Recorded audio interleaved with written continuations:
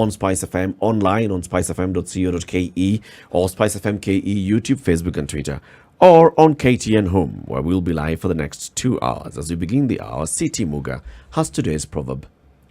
Gold should be sold to the one who knows the value of it. Gold should be sold to the one who knows the value of it. Sounds simple and straightforward enough. But as I keep thinking of it, it isn't as simple and as straightforward as it sounds. It isn't. Because you have to ask yourself, so what do they have in mind? These old men and women. Well, when they came up with this proverb. Yes, a thing of value, that bit we understand. Yes. But like with most proverbs, questions will arise. Yep. And usually there are more questions than there are adequate responses. And you will find context, Yes. I'm sure, with what you're discussing on a daily basis, what you're facing on a daily basis. Well, welcome to the show, the second hour of The Situation Room, Kenya's biggest conversation. So let's talk about Kenya's imminent debt crisis. Kenya's debt has been rising since 2013 from 1.8 trillion shillings to 6.6 trillion shillings.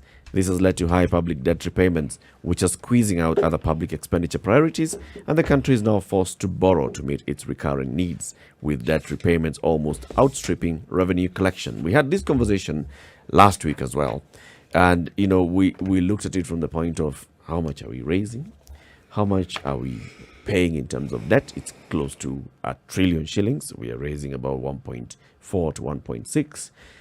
This year, of course, you expect to see a drop in the revenues collected by the country, but you're not going to see a drop in the repayments of debt. So are we facing a debt crisis? Are we going to get there at some point? Last week, when we looked at it from the angle of gender, and then what this debt crisis would then mean to gender and the vulnerable communities. And just because the government is now not left with enough money to finance its development projects, some of those that take a direct hit are the vulnerable communities. That brings in the gender issue as well. That brings in the persons with disabilities. That brings in children. So those are affected. What are these issues that we need to keep discussing and raising about debt all the time, and why does Kenya's debt issue become a conversation that appears to only be had by a section of the citizens, but not a collective of Kenyans, including the government? It would appear that on one side, there's not an understanding of what really is going on when we talk about the country being in debt, and the citizens not really understanding how far down, or rather how deep down this rabbit hole the country actually is. So there's a part of understanding. On the other side of it, when it would be that the side who would have the control or would have the power is just then disinterested in making sure that things are running the way in which they should. So there's a disconnect between people having a comprehension of what is really going on when the entire country has essentially been mortgaged away, or not being interested in explaining to Kenyans, or at least saving the country from this imminent danger. Well, what I sometimes wonder when I look at or when I listen to the discussions around it is people who lend money are referred to as banks, lending institutions. And the principles that they use in lending money, I believe, are the same as when one is seeking to actually be lent money by an institution as an individual. They do due diligence and they determine your ability to pay. So it's not as though they're giving us money. They lend us money because we have shown and we have clear indication that we are able to pay. So at what point then does this issue of debt become an issue? And do these people lend us money knowing that we cannot pay? Or do they lend us money knowing very well that we will default? Or have they done due diligence and know very well that we are able to pay? And if that is the case, then why and where is the danger?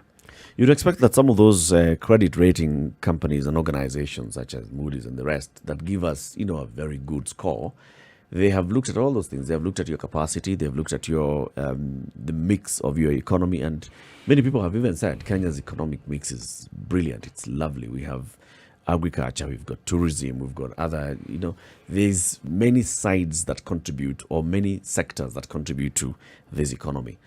So even now, during the COVID-19 period, I've said agriculture was actually now the one that was holding the economy together. So when they look at us and they say, right, the capacity and the ability of this economy to be able to raise enough money to pay the amount of money that they're borrowing looks good enough. And then you get to a point where they're not looking at the capacity of the government to absorb, or maybe even the corruption levels, and saying, if we give them money, then it's most likely going to go into, it's only 7 billion shillings, and it's a bank guaranteed. So the dams will be built. No, we don't have that conversation maybe at that level. They're just looking at what's your capacity to borrow, and even if they mix with every other risk factor, they still say, you look good enough. You look creditworthy. So our creditworthiness is good, and that's why we're able to go ahead and borrow. But the issues that emerge, and that's what even Ndu you were raising, is about the transparency of this whole issue. How do Kenyans participate in this whole process in terms of just even knowledge?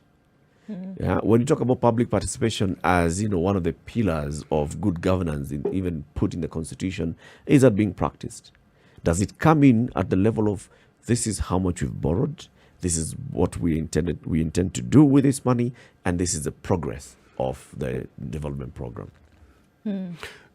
I mean, those questions are valid questions and they must be asked. But there is a hype about the danger that we are in with the monies that we have borrowed and the ceilings that the parliament keeps setting, raising it higher and higher, vis-a-vis what the Kenya Revenue Authorities are able to collect. Now, it appears that we collect money to pay debts.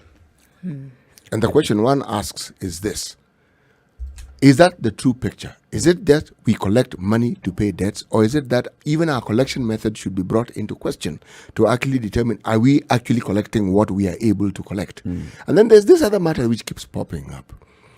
The budget items that we keep having to deal with, which clearly surpass what is collectible. You have this budget of X trillions, and you have Y trillions, which is evidence as what is being collected. So that disparity also forms a different aspect of the conversation. So really, what are we dealing with? Is it noise being made for the sake of noise, or are we actually in danger? Because if we do not pay our debts and we default, our credit rating will plummet. And then suddenly we'll have more problems than we thought we previously had. Yeah. And the importance of raising that conversation is actually now asking ourselves those hard questions. Are we actually in any imminent danger? Or is it just a conversation that's just being pushed out there? And also, if we are indeed in that imminent danger, then what is it that we should do? If we are not in imminent danger, where are we? What's our situation? And this is the reason why the Okoa Uchumi Coalition, a platform committed towards working with all stakeholders to redress this imminent public debt crisis, was formed and brought together. Let's today speak with Wanjiru Gikonyo. Wanjiru is the national coordinator of the Institute for Social Accountability, and she joins us now on the line. Good morning, Wanjiru. Morning, Eric. How are you? Hey, it's been a minute. It's been too long. I can see you people forgot me. You don't know my status vis-a-vis COVID. It's not possible. It's not possible. Not possible my to sister. forget you. You really must stop listening to these rumors that I think some malicious people are I've saying. tried to tell you, it's a lie. Investigations must be launched, CT. We know very well what your who COVID was the status is. orchestrator? We were even updated on what we call the Wanjiru Wealth Index. We were told. We were told, and in detail. So we have been keeping tabs on you. You see now, you don't invite me. I miss all these goodies. I didn't know there's an index like this. There is. My sister, you need to lobby for me. Don't Whoever worry. has orchestrated my removal on fictitious and spurious and illegal grounds. It has been presented to the feet of the elders. Don't worry. Good. Hey. Okay. Are we now? Can we now make peace, Wanjiru? Yeah, we must make peace. Yeah. All right. Yes. Welcome to the Situation Room this morning. Asante sana. It's good Happy to have be you. here. Tell us about the Okoa Uchumi Coalition. What are the objectives? What's the purpose of bringing together the organizations that form the Okoa Uchumi Coalition? Thank you. And, thank you for the opportunity to share this. And Okoa Uchumi is a coalition of civil society organizations because we realized we are working around important national issues, in particular the issue of the national budget, national infrastructure, and debt. And, we have great institutions such as the IEA that had been doing a lot of work, IDP, working with the public to engage government, in the public participation process.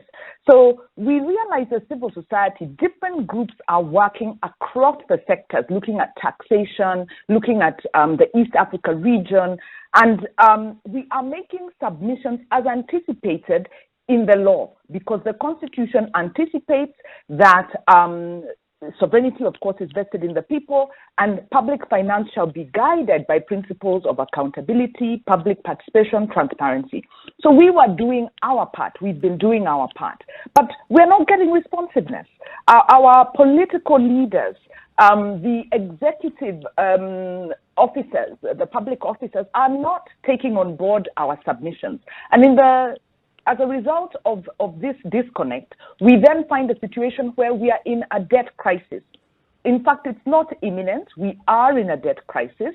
And this is agreed, even if you look at government's own documents. The budget review and outlook paper published end of September says that we are at risk of debt distress. And we are actually now borrowing to pay debt, which is illegal. This is not supposed to be the case. So we got together to address the political question, because we said the law is there, the law is understood, yet our actors, from the Treasury to Treasury Executive, which is the presidency and all of that, to Parliament, have undermined the laid down procedures and put Kenya in an unsustainable position. And this was the case before COVID. And with the coming of COVID and the restrictions around COVID, we've then seen this issue escalate, so that businesses now are forced to close down. Unemployment has reached, the last official figure that we were given is 1.2 million Kenyans had lost their livelihoods. The figure is likely more, because we have a huge informal sector that's not easy to quantify. We also saw a report about a month back saying that in the last 6 months, Kenyans have borrowed 345 billion in online borrowing. So we are in major distress. We saw the fight over the sharing of revenue with the president saying there is no money. Of course, they eventually had to give 50 billion, but that is not even to be realized this financial year. So we then see services aren't being funded. People who had taken contractors, the pending bills issue. Pending bills is because government is not able to pay for services that have been rendered to it. So we are in a crisis. And we felt the reason is political. So let us get together as civil society and address the issue, the political issue. Okay, so Wanjiru, based on all of that you said, I mean, now we're looking at Kenya's debt and borrowing policy, right? According to the measures that the World Bank has offered up, Kenya's debt is sustainable. So if according to these World Bank requirements, the debt of the country is sustainable, then why then would we say that Kenya is in a debt crisis if according to the global governing financial bodies, it's sustainable and it's something that can be worked out? Then why the crisis talk? First of all, there's the technical aspects, and I think that's an excellent question, and Kenyans get confused because of what is said. In terms of the World Bank, the IMF, there are indicators that they use, and there's 4 measures. And Kenya was within those measures until 2018. It then defaulted on breached one of the measures, and the risk rating was then downgraded. In March of this year, again, we breached another. I think we breached 3 of them out of the 4. So, first of all, the credit rating, rating us now to high risk, as has happened, was because we breached the measures. the discussion on sustainability, I'll quote something a colleague said, James Muragori, when he said, is Kenya's debt sustainable? Yes, on one hand, it's sustainable because Kenyans are there's revenue being collected. There's up to 1.4 billion, even with the impact of COVID. Trillion, sorry. Yes. Even with the effects of COVID, yeah, Kenyans are doing their part. We are generating the revenue. However, when you look at what government is doing with the money we are raising, that is where the problem comes in. Like I said, when you have businesses that are shutting down because they delivered goods, government procured their services and didn't pay, and those businesses have taken loans and are not able to pay those loans, and businesses then go out of business. We are finding a rise in suicide rates. When you find government allocation to services, which is the bedrock of our society, is going down, because we've discussed this before. When you talk about the shareable revenue, how much is going into health? Kenya is supposed to be putting in 15% of the budget in health. We are presently at around 6%. So we are underinvesting in health. You talked about it, agriculture. This is where majority of Kenyans are employed. It's the main contributor to the GDP. And you find the investments in agriculture are going down. So when you talk about sustainability, there's the numbers, but then there's the reality on the ground. And I think you said this, the problem with the way the international financial institutions measure sustainability is looking at a set of numbers that don't deal with the political reality. And in our campaign, we've identified there's a conflict of interest, because on one hand, the institutions that are rating you are also the ones who are lending. And at the end of the day, once you lend, you have to pay. And you've seen with the debt relief conversation, Kenya is not able, or rather has been reluctant to pursue debt relief, because they say, well, we have a contract that doesn't allow us, a contract with an outside agency that doesn't allow us to deal with our local debt issue. So there's a conflict of interest that we intend to look at, and we need to be alive to. How can the raters, the people who are making recommendations to us, be the ones also lending us money? That's a conflict of interest. And I think Citi also said, what about the due diligence? And is this being done? And you will find instances where investments have come in and the due diligence wasn't done because of this conflict of interest, because the institution coming to do the due diligence stands to benefit from the amount that's going to be paid by Kenyans. So are we dealing here with a transparency issue? Are we saying that government dealings are not above board insofar as what ought to be known or what ought to be in the public domain is not in the public domain, and that even when an inquiry is made as to more information being made available, it isn't available? Is this the case? Is this what we're dealing with here, Wanjiru? Yes and no. Government has availed a good amount of information through the regular budget process, through that regular reporting. There are details that are missing.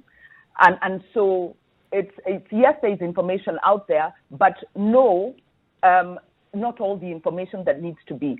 The Budget Accounts Committee of the National Assembly in February sanctioned the CS of Treasury, because he said, look, you're not giving us adequate, up-to-date information.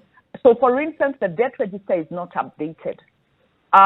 There's supposed to be an annual report on debt. This report also not updated. So we don't have the report, for instance, from last year. We don't have also some of the details of the contracts that have the negotiation and also where the money is going. Some of these details are not there. So we have public participation. We have government reporting, but the devil is in the details, and there is a systematic withholding of crucial information. So, Citi, to answer your question, government is ticking the box. So that if you look at it on the face of it, the documents are there, but there's a transparency issue. In fact, the IMF in its country assessments of Kenya also noted there are accountability deficits. Wanjiru, is there a threshold for transparency? Meaning, are there boxes we can tick when we're talking about transparency and say, okay, this is what we need to tick to actually meet that basic threshold for transparency? I'm trying to think if there's an easy answer and if you want to go on thresholds. Yes. What you need is, the question is, do we have enough information at the various stages of the debt process? Number one, what is the reason for which debt is being procured? Number two, what is the cost of this debt? Number three, what is the purpose? At the spending stage, have we ring-fenced that money? And what we are saying is that at these crucial stages, we do not have the right information. So debt is procured for projects, but when you look at how those projects are arrived at, for instance, the SGR, for instance, medical equipment, that one already is fully in the public arena, fully canvassed. How was this project originated? What was the due diligence? That becomes the first problem. So when you're procuring debt for a non-productive investment, what is the accountability? So we are lacking accountability in the in the prioritization process. The Auditor General said we are budgeting for corruption. You put projects in the budget for the sole purpose of driving corruption. And actually, you can look at it that the SGR, at the point it was procured in 2016, was 4.5% of the GDP in terms of the size. Now, the World Bank says that countries should spend about 4.5% of their GDP on infrastructure to spur growth. And they say this is a good level of expenditure that can spur growth and sustainable infrastructure. Now, in 2016, Kenya procured one infrastructure project. One infrastructure project. And when you look at that infrastructure project, there was no due diligence done. Though it was parachuted into the budget. It was then scaled up. From the original estimated cost, it was, the final cost was about 4 times the original estimate. So to answer CT's question, at all these stages, the conversation about SGR was there, but the crucial details were not in the public domain. And more critically, these details are not with Parliament. And Parliament asks for them, or sometimes doesn't ask for them, but they still endorse and pass the resolutions. So would I say access to information is a problem? Yes, it is. But the bigger problem we have is that we've got a very strong Parliament in terms of the powers given in the Constitution. It hasn't exercised those powers to say no, to stop executive projects that are political in nature, that are driving corruption. And unfortunately, our huge budget growth, because we've had a very huge budget growth, about, I think we were saying, is it 2.5 or 3 times since 2013, is not being driven by services. It's not being driven by let's put more money in agriculture. We are spending 2-3%. We are supposed to be spending 10%. We are not putting more into health. We are spending 6%. We should be spending 15%. Spending on education has been going up because of the very strong union. Unfortunately, these large infrastructure projects are what have ballooned our budget.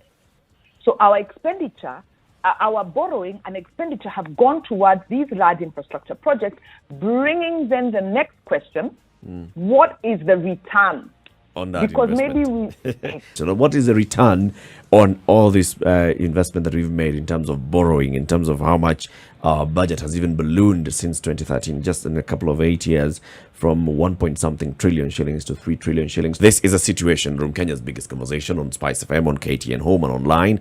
We are speaking with Wanjiru Gikonyo. She is the National Coordinator for the Institute for Social Accountability, talking about Kenya's debt chokehold, where we are at, and what we ought to do about it. From all these that we invest in, what would your answer be to that? in fact, it's just that I don't have the figures, because the World Bank, for instance, has a report where they evaluated, they were looking at fiscal consolidation in a time of COVID. And, they listed the various infrastructure projects and, many of which have stalled. So on one hand, there's a whole raft number of projects that have been initiated that have stalled. The Auditor General also is on the record around many of the large infrastructure projects that are riddled with corruption, and also questioning the cost efficiency and productivity. So whether it's looking at money that was spent on the dams, looking at the medical equipment, looking at things like even the last mile connection. So really we have a problem in this country. And I remember the World Bank did an excellent report around 2014, when they were looking at what happens with devolution. What are the potentialities? And part of what they pointed at is Kenya is extremely inefficient. So, and you saw this play out around the LAPSET, where we had investors pulling out because they said the cost of compensating people for building the pipeline was totally exaggerated, exorbitant, extortion. You've also seen with the SGR, Ethiopia built an SGR with the specifications of ours. I mean, theirs is actually electrified. Ours is not. Ours runs on diesel. Theirs is twice as long, and we paid the same amount of money. So there are these inefficiencies, but really it's corruption, and it's budgeted corruption that has riddled Kenya and has come to play. So that is one aspect. The other aspect that is undermining, the productivity is the motivation for the projects. So there's corruption in terms of the costing, but there's also corruption in terms of the type of initiative. And if we look at, for instance, the electrification last mile connection, excellent idea. But however, there is a national plan that had identified the problem of last mile was that it was too expensive to connect these homes. So the issue was the cost structure of the sector, the energy sector. And of course, you know that there is corruption in that. And there's a campaign that's run by Jerotich Sei around opening up who are the beneficiaries of this very expensive electricity that is crippling Kenya's economic growth. So this is what had been identified. But then came along this Power Africa project. Actually, it was under our favorite U.S. President Obama's administration, where they then negotiate with government and they fund the last mile, and they put in money, but they bypass the official report and the laid out plan. And so they go and put in money, and last mile then didn't work because the motivation for taking the money is that the money was available.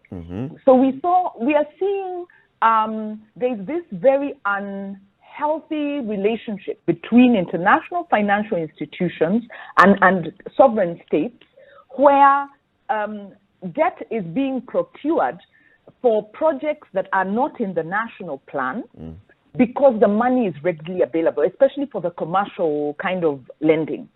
And unfortunately, a lot of support to African countries is coming in the form of commercial lending. So you've seen in countries like the US, and we are seeing other countries setting up their own commercial lending arms. So there's a report we did, an assessment that was prepared for us, and the consultant told us we have a race to the bottom, Whereas whereas there are Paris principles that are supposed to protect the relationship between IFIs and make them responsible. So international financial institutions should be responsible in the kind of debt they make available. These rules are not being complied to. China has come in, and countries are posturing for global significance, and so there's a lot of money coming into African countries, and we're not the only ones. Actually, Kenya is not the only one in this crisis. Zambia, Ethiopia, even Ghana, with the onset of COVID. So what we are seeing driving this is, for us, we've looked at the situation and said there's a lack of accountability by IFIs to the people of Kenya.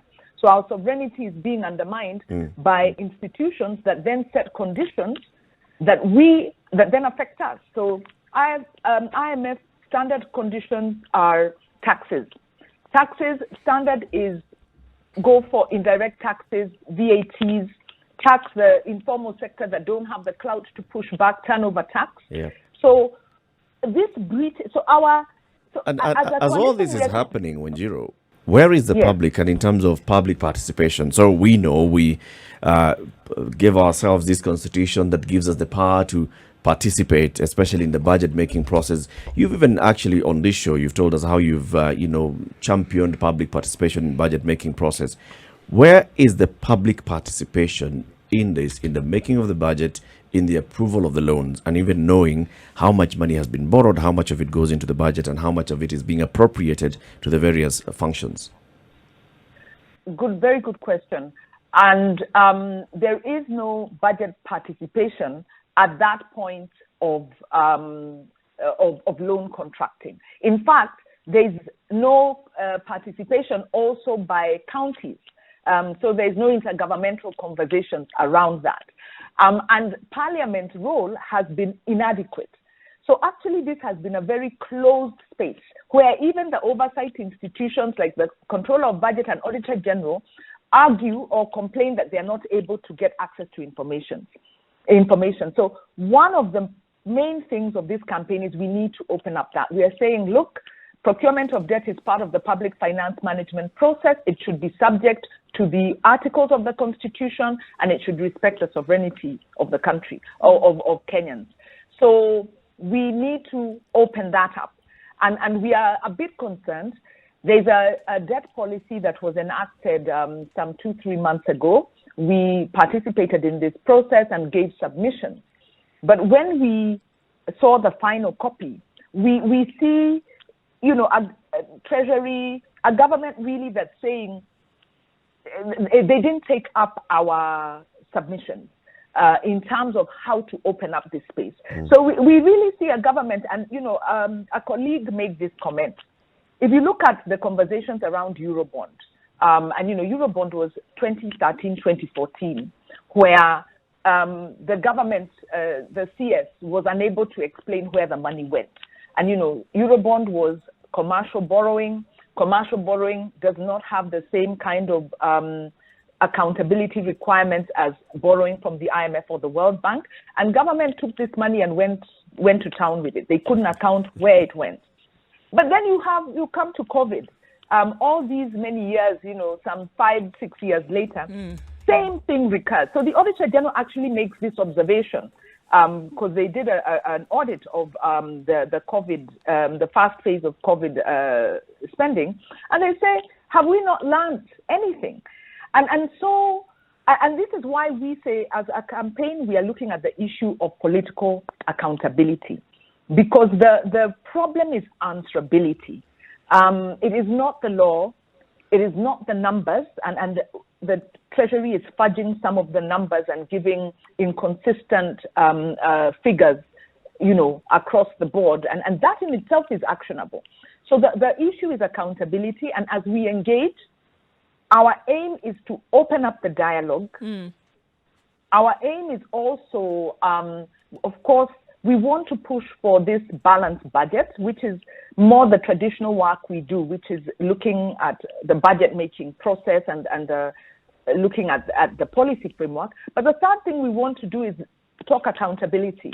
Who is going to answer? And how do we ensure that those responsible answer, and so that we can stem this tide of political officers running amok with our resources, because they are very how can comfortable Kenyans that be we will pay. involved in this, Wanjiru? Because or do we say that there will be some kind of representation by a select group of people, such as civil society, Okoa Uchumi, like you're talking about now, that would represent the greater population of Kenyans? We look at other countries where public participation, it goes without saying. People are involved in the naming of a road, for example, something as basic as that. And people are heavily vested in how that process plays out. How do we get to that point on the continent, here in Kenya specifically? How then can people actually be involved in this, or must there be representation for the greater population of Kenyans? That question has several answers. On one hand, as the coalition, we want to raise the awareness, we want to open the space, and we want to bring citizens with us. So we want to work with citizens to open up the space. That's what we want to do as a coalition, because we are saying that the public participation processes that are taking place are tokenistic, and they're not responding to the real needs of Kenyans, and they're undermining our sovereignty. I think the other question you ask is, what is the representation of citizens? And you are exactly right. Parliament has failed to represent citizens, to represent the country, to execute its mandate on the issue of debt accountability. Parliament has been pocketed by the executive. If you look at the reports, actually, you'll find Parliament very good statements. So Parliament will say, no, this information isn't there. This is very questionable. So they posture, they raise the questions, but then they go ahead and approve. So the problem is you have this unhealthy relationship between the executive and Parliament, which is why, as a coalition, we haven't yet discussed the issue of the BBI. But, from an institutional point of view and from a personal point of view, I'm very concerned when you look at expanding the powers of the president in a situation where we have actually had an undermining of oversight. And I'll read a quote because we've talked about the issue of state capture on this program before. And Wachira Maina in the AFRICOG report says, the difficulty in fighting corruption lies in the union of corruption and politics. State institutions and processes are repurposed to guard state resources for electioneering to maintain power. Oversight institutions must be eviscerated and hollowed out. So when you talk about state capture, it is that you have the laws, you have the constitution, you have the processes, we are going through the motions. But behind the scenes, you have an alternative. You have the hidden state or the deep state. And that is the one that is driving decisions that then blow up your budget, take all your revenue towards debt repayment, and drive heavy taxation. So the problem we have of growing taxation, now you're looking at how do you institute? During the time of COVID, you're instituting new taxes. It's actually a good, on that note, Wanjiru, I like what you're saying. Let me just ask this, because that narrative receives a welcome hearing from me. But beyond talking about it, is there anything else the coalition hopes to do to ensure that the message not just resonates within the people within the coalition, but that the country actually gets to appreciate what it is that the coalition is trying to do? Okay, good one. Like I said, we have a coalition of different institutions, and some of the institutions who are within the coalition have very strong networks at the local level. So whereas now we've started out with a national level launch where we are stating our, really our objectives and kind of just bringing out the message on forums such as this, our next stage is then to go to the local level and make sure that there are conversations with the citizens and to bring citizen voice into the national dialogue. But also, beyond bringing citizens into the national dialogue, it's to our citizens, to explore our options, because we're in a bit of a situation like, the just ended American elections, where you have an executive authority who is violating the law willy-nilly. An executive authority is such that what do you do? So when you have the office of the president, you have the treasury, you've got parliament, all of whom are violating the law, then as citizens, you say, so what do we do? So that is the question we need to ask ourselves. What do we do? How far do we go to push for accountability? But the first step we have is we're going to do the sensitization and the dialogue and open up the conversation between citizens and the IFIs, between citizens and the treasury, between citizens and these institutions. So in my view, we haven't discussed it yet as a coalition, but I believe we will take, we always say when you're looking at social accountability processes, you have to, and even in legal processes, you have to follow the due procedure. So our due procedure first is we state this. We then have the dialogues. We use our usual means, which is legislative or court means. If it needs to get to civil disobedience beyond that, then we'll look at that, because we definitely have to think about how do we get political accountability. Linking to the issue of elections, and we haven't gone that far as a coalition. We are focused on the issue of debt. There is no doubt that the problem of debt is linked to our political decisions, and like we said in this relationship between politics and corruption. So yes, we'll be looking at the BBI proposals to ensure they don't undermine separation of powers and accountability, but rather enhance it. But I think the last point is when we look at what happened in America, because the response of citizens is something we need to take on board. How emboldened they were, how they did the local organizing, how, local citizens, media groups, civil society, everybody got involved. So we have to fight for our democracy, guys. I think we're telling people we can't keep waiting for our, and we've said it before, our violators to come and save us. It's not going to happen. So we need to fight for our democracy and we need to occupy our spaces. So this is our first step. And so we would like to enlist Spice FM and this team.